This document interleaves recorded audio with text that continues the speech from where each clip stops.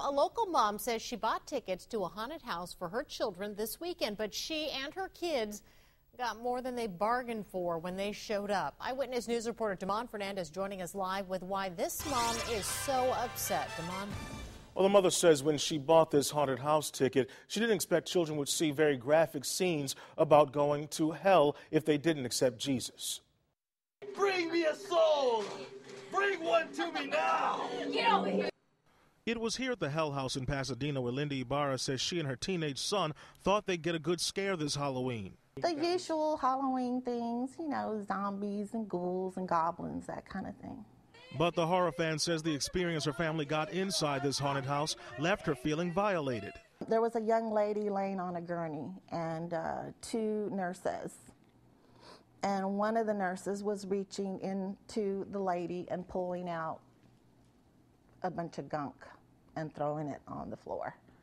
Ibarra says the actors were depicting far too realistic scenes about abortion, suicide, and other sins. She says the Hell House flyer's warning about the violent content was too vague for what the patrons are walking into. But I quickly realized that this is not something that I wanted to be at. So I asked if I could leave, and they did not allow us to leave.